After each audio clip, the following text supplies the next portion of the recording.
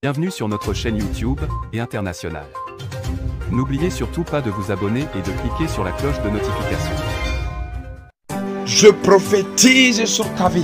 Avant l'année, tu verras la main de Dieu. Tu verras la porte ouverte. Je prophétise sur ta vie. Partout, tout ce que tu toucheras va devenir florissant au nom de Jésus. Je prophétise. Je prophétise.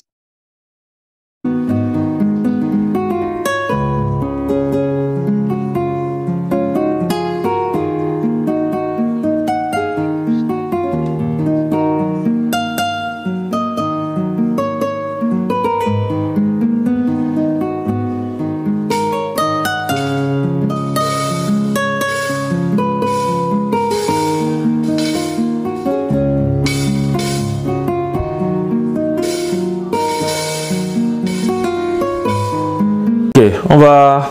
Allô? Oui. Oui, on va prier, non? D'accord. Ok. Vous avez acheté la bouteille d'huile? Oui, j'ai acheté une bouteille d'huile. Ok, on va prier. Maintenant, il faut que vous vous repentez. Vous comprenez? Oui. Oui. Il faut repenter, vous demandez pardon à Dieu pour les choses que vous avez fait. Les avortements, et tout ça. Vous comprenez? Oui. Je veux prier avec vous. Et l'avortement avec le pasteur, qu'est-ce qui s'était réellement passé? Ben, en fait, je suis tombée enceinte de lui après 3 mois de relation. Oui. Et j'ai failli mourir à travers cette grossesse parce que je n'arrivais plus à m'alimenter. Et quand je voyais le pasteur, je voyais comme un démon.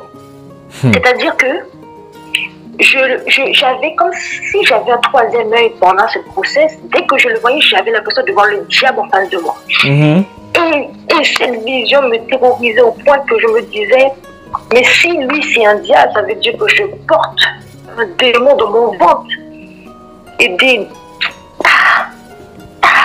Et vous avez fait comment pour coucher avec le pasteur? Vous avez fait comment pour aller avec lui jusqu'à faire l'enfant avec lui? Je l'ai rencontré dans une église parce que j'avais été dans l'église pour me baptiser. Et j'implorais le pasteur de me baptiser. Je ne voulais pas aller tout le temps à l'église, tous les dimanches, tous les trucs. Je voulais... Et moi, j'avais envoyé... J'ai trouvé cette église comment? J'ai été sur Internet et je leur ai dit, j'aimerais donner ma vie à Jésus, j'aimerais me baptiser parce que je m'étais dépouillée complètement. Je dis, moi, je veux qu'une seule chose, c'est le baptême. Et le pasteur, il a refusé de me baptiser alors qu'on était au mois de septembre, il faisait encore doux. C'était en 2019, il a refusé de me baptiser. Il me disait que non, que pour baptiser quelqu'un, il faut que la personne reçoive un enseignement d'abord. Donc j'ai dit ok. Et du coup, ben, j'ai été allée à l'église, j'allais tout le temps, j'avais des enseignements. Il me prenait à part pour qu'on étudie la Bible, et même me posait des questions un peu comme les catholiques, quoi. Et du coup, un autre pasteur, ben, j'ai commencé on échangeait uniquement sur la Bible, mais on passait beaucoup de temps ensemble, puisqu'il n'était pas véhiculé, moi non plus, donc on passait, on faisait le trajet du retour ensemble et on discutait beaucoup, on passait beaucoup de temps ensemble. Et à ce moment-là, j'ignorais complètement sa vie maritale, je ne savais pas. Et il était marié aussi même? Il est marié, il a une femme au Congo. Il a une femme au Congo, ok. C'est un Congolais? Mais je ne savais pas. Pardon? C'est un Congolais? Oui. Ok. Et vous, vous êtes quoi? Moi, je suis de la Guadeloupe et moitié guadeloupéenne, moitié ivoirienne. Ah, vous êtes guadeloupéenne, ok, ouais. Ma mère est antillaise et mon père est ivoirien. Oui. Et du coup, ben, on a commencé à se baptiser et tout. Et ben, j'ai commencé à naître des sentiments pour lui, tout en pensant que c'était un homme disponible parce qu'il n'avait pas d'alliance. Je le voyais. On avait fait une fête dans l'église pour inviter les païens, pour pas prêcher la parole de Dieu, et tout le monde est venu en famille et lui il est venu tout seul. Donc je me suis dit, mais s'il est venu tout seul, c'est qu'il n'a pas de famille. Pour moi, j'étais de 1000 km me dire que c'est un homme marié. Et quand je l'ai su, c'est là où je demande pardon à Dieu, c'est que j'avais pris la décision de le bloquer. Je l'ai supprimé et bloqué. Il m'a appelé. Non, j'ai supprimé son numéro. Et après, il m'a appelé et j'ai répondu. Voilà. Et quand j'ai répondu, je me suis dit, bon, puisqu'il a... Parce qu'après, je l'ai su en allant sur Internet, j'ai fait des recherches, j'ai su qu'il était marié. Oui. Donc, je me suis dit, bon, on pourrait rester amis, il n'y a pas de problème. Puisque de toutes les manières, il ne m'avait pas fait d'avance, il ne m'a pas dit qu'on l'intéressait, on était dans le cadre spirituel, quoi. Spirituel, donc il n'y avait pas de souci. Oui. Et après, il m'a parlé de sa vie, qu'il avait des difficultés, il n'avait pas de papier, que ça faisait des années qu'il n'avait pas vu sa femme. Donc, je lui ai dit, bon, mais que moi, je pourrais peut-être l'aider à avoir les papiers, ou même trouver un travail et tout. Donc, après, il est venu à la maison. C'était dans le but que je l'aide, quoi, qu'on regarde les billets d'avion et même qu'on regarde pour le travail. Et la deuxième fois qu'il est venu, il m'a embrassé et je n'ai pas résisté. Voilà, et c'est comme ça que ça a commencé. Et vous êtes allé avec lui combien de fois? Vous avez couché avec le pasteur combien de fois? Non, il était, en fait, il était venu vers moi dans le but d'avoir ses papiers pour pouvoir travailler et retourner voir sa famille, en fait. C'est-à-dire que c'était juste pour les papiers qu'il est venu vers moi. Oui. Et c'est pendant la grossesse que je me suis rendu compte de ça. Et après, je l'ai quitté. Il m'a harcelé pour que je garde l'enfant. Parce que quand il a su que j'étais enceinte, il m'a dit, c'est bien que je sois enceinte, quand est-ce que je pourrais avoir le certificat de grossesse pour qu'il puisse l'emmener à la préfecture, pour qu'il puisse machin. Pour qu'il puisse, quand est-ce qu'on peut déclarer la grossesse? C'est là que j'ai été choquée, j'ai ouvert les yeux, quoi. Et j'ai été choquée, j'ai dit, je ne peux pas garder cet enfant. Il ne peut pas m'avoir fait un enfant juste pour avoir des papiers. Après ça, j'ai été à l'hôpital parce que cette grossesse était en train de me tuer. Elle était en train de me tuer à petit feu parce que je ne pouvais plus me nourrir. Je suis restée 15 jours sans manger un repas solide. Dès que je buvais quelque chose, je le vomissais tout de suite. Je vomissais tout. Oui. Et c'était à cause de la grossesse? Pardon? Et c'était à cause de la grossesse? C'était à cause de la grossesse. Et d'ailleurs, à l'hôpital, quand ils m'ont vu dans l'état que j'étais, ils m'ont dit, on ne peut pas vous garder comme ça. On va vous faire une intervention de grossesse urgente. Parce que sinon, la grossesse m'aurait tué. Ah, ok. C'est pour ça que vous avez avorté? Oui. Okay. Ça fait 1 mois et demi. Et ça a commencé vraiment quand le fœtus, l'œuf était formé et tout. C'est à partir de ce moment-là où je ne pouvais plus m'alimenter. Ok. Et le pasteur là, il est où maintenant? Pardon? Le pasteur là, il est où maintenant? Maintenant, il vit dehors, il vit à gauche, à droite. Parce que après ça, j'ai avorté. Il m'a demandé pardon. On est revenus ensemble. On s'est requitté. À chaque fois que je le quitte, il me harcèle. Parce que le problème, c'est que quand je l'ai quitté, il me harcelait. J'étais chez mon père. Mon père m'a dit, va à la police. J'ai dit, je ne peux pas aller à la police parce que ça ne se fait pas. Parce que pour moi, on ne peut pas se faire justice soi-même. Mais il m'a harcelé au point que j'ai accepté de le revoir et je suis retournée dans ses bras. Et on s'est requitté, on s'est remis ensemble, on s'est requitté. Et après, là, j'ai vraiment... Par exemple, aujourd'hui, il m'a encore appelé. Aujourd'hui, là, il vous a encore appelé, le pasteur, là? Il vient m'appeler, là, encore pour me dire qu'il a besoin de moi, il a besoin de me voir. Je lui ai dit non. Et après ça, je lui ai dit, à chaque fois que je lui dis de me laisser tranquille, il m'appelle. Il va rester peut-être 2-3 jours sans m'appeler, il m'appelle tout le temps. Bon et Dieu. si je bloque son numéro, il m'appelle avec un autre numéro. Donc ça sert à rien. Et écoutez un peu. Et avec ça, il enseigne à l'église? Il n'enseigne plus parce que le pasteur l'a excommunié? Il avait suspendu et maintenant il a été vraiment radié. Ok, c'est bien. Parce que c'est moi qui ai fait ça parce que lui, il voulait continuer à être avec moi et continuer à prêcher. J'ai dit, je sais que déjà j'ai arrêté d'aller à l'église parce que je savais que j'étais dans le péché. Et je lui ai dit, moi je ne peux pas avoir ça sur la conscience qu'il est en train de commettre l'adultère et il va prier pour des gens. J'ai dit, tu vas envoyer des démons sur les gens, je ne peux pas accepter ça, je l'ai dénoncé en fait. Justement, c'est lui qui vous avait baptisé? Non, c'est pas lui qui m'a baptisé, j'ai été baptisé après. Heureusement. Parce que si c'était lui, je devais vous dire que vous n'êtes pas baptisé. Parce que là, c'est très grave ça. Vous comprenez, non?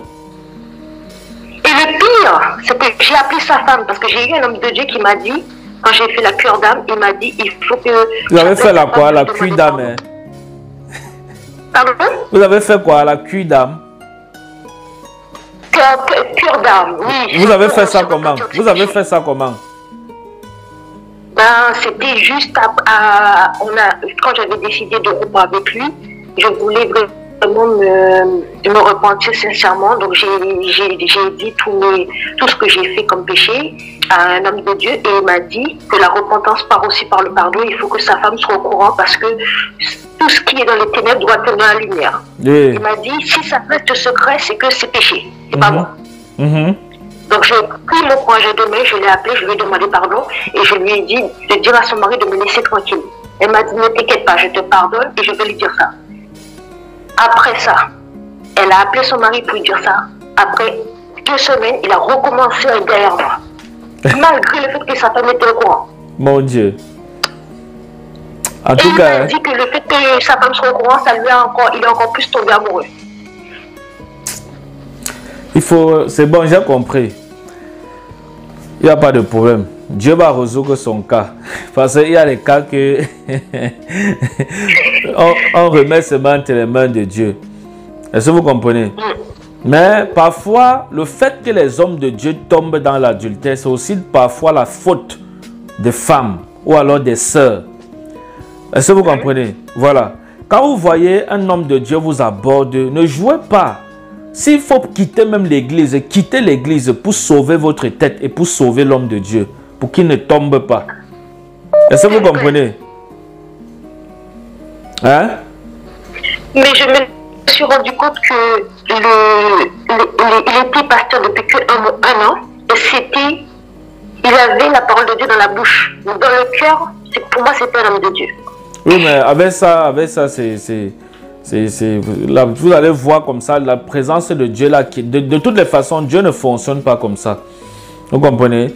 Donc, on va prier. Je vais prier pour vous. Ouvrez l'huile d'olive là. Je vais prier pour vous. Vous comprenez? Et voilà, on va prier. Vous comprenez, non? Oui. Ok, parce qu'il y a les gens là qui m'appellent pour la prière. On peut prier? Oui, on peut prier. C'est bon, j'ai ouvert. Seigneur, écoutez-moi. Oh mon Dieu. Quand le pasteur, si vous appelez aujourd'hui là, vous avez décroché l'appel? Oui, j'ai décroché. Vous avez décroché, vous avez causé de quoi?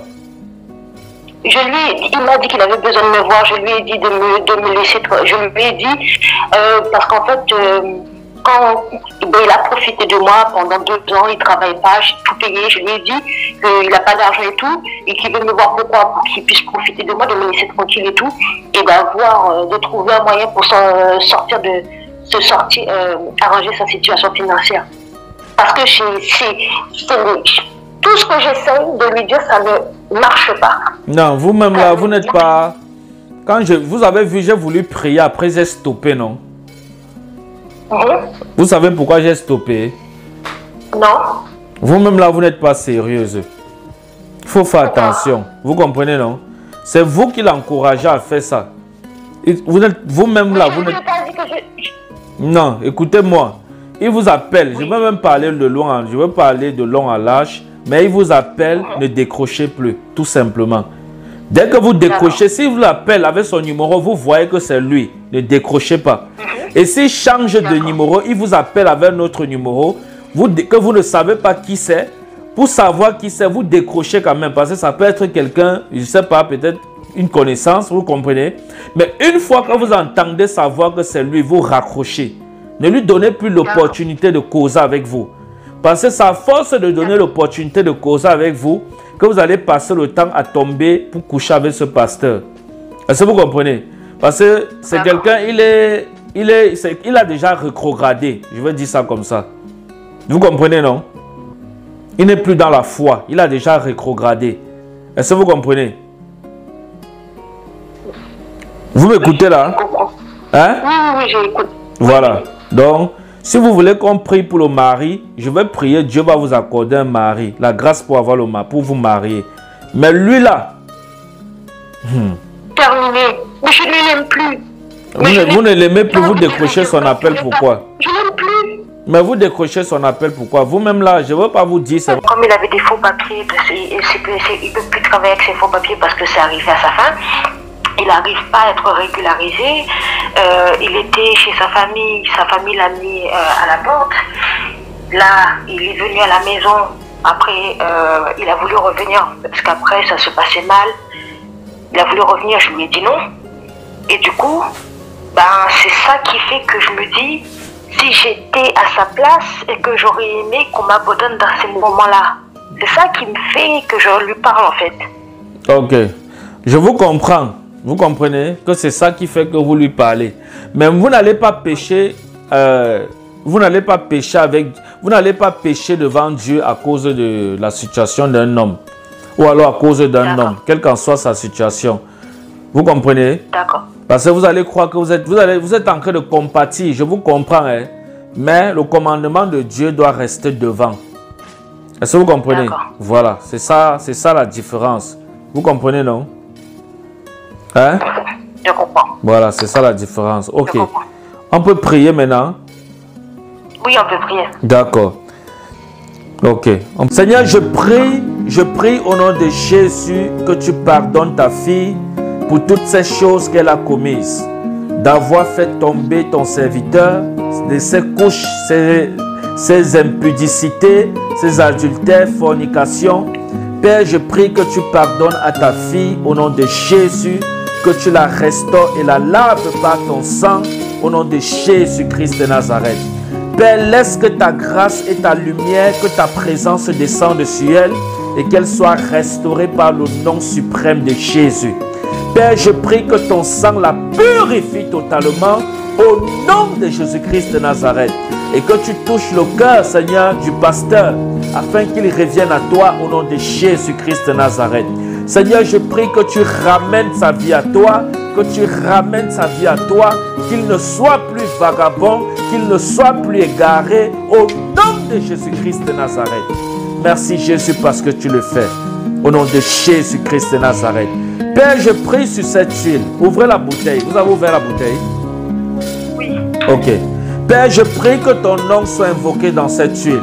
Je prie que cette huile soit sanctifiée maintenant. Que ta présence repose sur cette huile. Et que pendant qu'elle utilisera de cette huile au nom de Jésus, qu'elle voie ta bénédiction s'accomplir dans sa vie au nom puissant de Jésus-Christ de Nazareth. Mon Père, mon Dieu, mon Roi, merci parce que tu m'as exaucé. Au nom de Jésus, je t'ai prié. Amen. Amen. Amen. Alléluia. Amen. Merci Seigneur. Gloire à Jésus. Vous vous sentez comment? Merci. Je me sens bien. Je sens une joie qui m'envahit, je ne sais pas pourquoi. C'est le Saint-Esprit. Vous savez, quand vous vivez dans le péché, vous êtes triste. Est-ce que vous comprenez? Ou alors quand vous avez péché contre Dieu, vous êtes triste. Mais une fois que vous avez demandé pardon à Dieu et promis à Dieu que vous n'allez plus recommencer, la paix de Dieu revient sur vous et l'Esprit de Dieu qui donne la joie. Cet esprit vous anime. Voilà pourquoi vous êtes comme ça après la prière. Vous comprenez? Merci beaucoup, prophète. Non, dites merci à Jésus. Et franchement, que Dieu vous bénisse. Amen. Pour tout ce que vous faites pour nous, pauvres pécheurs que nous sommes. Amen. Que Dieu nous bénisse. Okay. Moi, est-ce que vous pouvez me dire comment je peux faire pour participer à l'œuvre de Dieu? C'est le moins que je puisse faire, c'est lui montrer vraiment que je suis sincère. C'est de participer à son œuvre. Non. Que ça puisse aider d'autres personnes. Oui. Même si le peu que j'ai, je vais donner pour vous participer en fait. Je comprends. Mais pour montrer à Dieu que vous êtes sincère, ne couchez plus avec le pasteur d'abord. La dernière fois que vous avez couché avec lui, ça date de combien de temps? 2 mois. 2 mois, voilà. Donc, comme j'ai prié avec vous maintenant, c'est stop.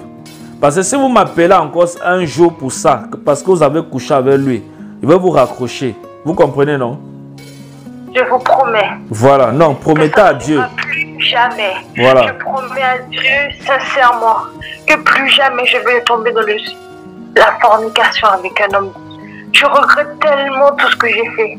J'ai écouté les témoignages d'une femme sur Internet qui est passée dans la même situation que moi. C'est tellement difficile quand on est tombé, mais qu'on a entraîné des gens dans notre chute. Ça fait d'autant plus mal. Et moi, je n'essaierai de plus jamais refaire ça. Gloire à Jésus. Je prie que Dieu vous entende et vous aide à ne plus tomber dans ce genre de choses. Parce que le Seigneur veut venir chercher une église sans tache. Vous comprenez? Donc si Dieu vient là et que vous avez des taches, même si c'est une petite tache comme ça sur votre vêtement spirituel, vous n'allez pas entrer. C'est ça, vous comprenez? Et le diable, je le hais. Je ne veux pas faire partie de la voilà. Donc il faut faire attention. Du diable. Je vais être un enfant de Dieu. Voilà. Et je vais m'éloigner de tout ce qui ne glorifie pas Dieu dans ma vie. Amen. Que Dieu vous bénisse. J'aime ça. Donc, c'est d'abord ça que vous deviez faire. Vous comprenez? Craignez Dieu. Oui. Maintenant, pour participer pour son œuvre, il n'y a pas de problème. Je vais vous envoyer les coordonnées du ministère. Parce qu'on est en train de vouloir construire le temple de Dieu au niveau du Cameroun. Donc, vous allez... Je vais vous envoyer les coordonnées. Vous comprenez, non? D'accord. Voilà. Parce que je crois que j'espère que vous construisez pas au Congo, il y en a assez, hein? Non, non, je ne suis pas congolais. Bon. Peut-être si Dieu nous fait grâce à la longue, on peut ouvrir une église au Congo. Tout ça, c'est pour la gloire de Dieu. C'est pas pour moi. Vous comprenez? C'est pas mon bâtiment, c'est pas ma maison. Non, c'est la maison de Dieu. Donc, partout où Dieu nous fera grâce de bâtir sa maison, nous allons bâtir. Mais pour le moment, c'est le premier chantier. Et nous sommes en train de vouloir le faire au Cameroun. Ça, c'est mon pays d'origine. Vous comprenez? Voilà. Maintenant, à la longue... Après, peut-être que c'est... Pourquoi vous ne voulez pas qu'on construise au Congo? Pourquoi? Dites-moi pourquoi. Parce qu'il y en a beaucoup là-bas. Il y a beaucoup de quoi d'église. Il y a beaucoup de quoi d'église. Il y a beaucoup trop d'églises. Et quand on voit ce qui s'y passe, bon, après c'est le corps du Christ est tombé dans le péché, mais il faut qu'on arrête de se jeter des pierres les uns et les autres, et qu'on arrive à se surmonter le péché. Justement, voilà. Justement, c'est le corps. Non, vous ne deviez même pas regarder qu'il y a beaucoup d'églises et beaucoup sont toujours dans le péché. Non. Vous ne devez pas regarder ça. C'est le corps de Christ, vous comprenez? Dans le royaume de Dieu, il n'y a pas Congolais, Camerounais, Guadeloupéennes, Françaises, Antillaises. Il n'y a pas ça. Nous sommes tous des enfants de Dieu. Vous comprenez? C'est vrai. Voilà. Oui, c'est vrai. Donc, je dis tout le temps à ma mère. Mais ce que je veux dire, c'est que, par exemple, aux Antilles, il y a beaucoup il y a le centre d'accueil. J'étais déçue parce qu'ils prêchent la prospérité au lieu de prêcher la sanctification.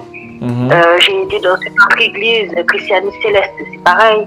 Ils vont vous dire le pasteur veut vous laver parce que quand vous avez eu vos règles, il doit vous laver avant que vous retournez prier. Le pasteur vous lave? Ah non, moi il m'a proposé, je ne suis plus jamais retourné avec genre de questions. Non, le genre de pasteur là même, il faut lui porter plainte. Si un pasteur vous dit qu'après vos menstrues, vous deviez venir pour que lui vous lave, il faut aller lui porter plainte une fois, on l'enferme une fois. Vous comprenez, non? Ah non, mais c'est une pratique il y en a plein les fidèles, ils obéissent. Hein. J'ai vu une église que montrer des pasteurs qui étaient en train de laver des fidèles. Ben, il y en a qui le font. J'ai vu ça, j'ai vu la vidéo. Moi-même, j'ai vu une vidéo comme ça sur Internet où le pasteur lavait les fidèles. C'est de la pure sorcellerie. Ça ne vient pas de Dieu. Vous comprenez, non? Ah oui. C'est des pratiques du diable. La Bible dit que un homme ne doit pas découvrir la nudité d'une femme si ce n'est sa femme. Est-ce que vous comprenez? Voilà. Donc c'est de l'impudicité. Donc il ne faut pas ne croyez pas à ce genre de doctrine. Voilà pourquoi Dieu va tous leur confondre. tous ces abominables, ces abominations-là, ces personnes qui disent qu'ils font ces coups. Il y a le chauffeur qui m'appelle. D'accord, ok. Oui, allô? Bonsoir. Oh. D'accord, à tout de suite, je descends. D'accord, que Dieu vous bénisse. Hein. Il arrive. Vous pouvez m'envoyer ça, je vais aller voir ce que je peux faire, si je peux l'envoyer aujourd'hui. Oui, je vous envoie quoi? Ça me tient à cœur. Si vous pouvez m'envoyer ça, je vais vous envoyer quelque chose aujourd'hui même. D'accord, je vais vous envoyer quoi? Je vous envoie quoi? MoneyGram, Western Union. Allô? Oui, je vous envoie quoi? MoneyGram ou Western Union? Allô? Oui, vous m'écoutez? Oui, oui, je vous entends. Je vous envoie quoi? MoneyGram ou Ria?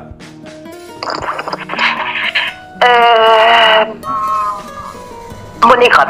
D'accord, MoneyGram. Que Dieu vous bénisse. Hein. Je vous envoie ça tout à l'heure. Bye. Ça marche. Ok.